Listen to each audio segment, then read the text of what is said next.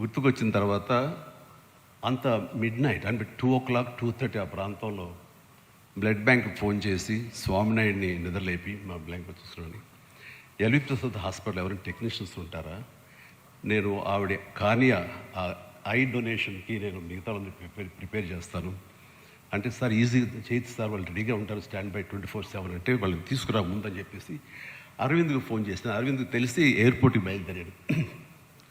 అరవింద్లో ఇవ్వాలనుకుంటున్నాను, నాకు అత్తమ్మ గారికి మా అమ్మగారికి మధ్య ఒకసారి ఒక కాన్వర్జేషన్ జరిగినప్పుడు మీరు ఇస్తారా అని అడిగాను. అన్నప్పుడు బాబు కాలి బూడిదైపోయి వస్తాం కదా, అయిపోయే దానికి చచ్చిపోయి ఉంచుకుని ఏం చేస్తాం, అలాగే బాబు నీ ఇష్టం అన్నారు. ఎక్కడ ప్లెడ్జ్ ఫామ్స్ మీద సంతకాలు పెట్టలేదు, కానీ ఆ మాట నాకు ప్లెడ్జ్ లాగా అనిపించింది. ఏం చేయమంటావు అరవింద్ అడిగితే, ప్లీజ్ గో హెడ్ అన్నారు. సో ఎర్లీ మార్నింగ్ అది తీసి నేను హాస్పిటల్కి వెంటనే పంపించాను. దానికి సాక్ష్యమే ఇది.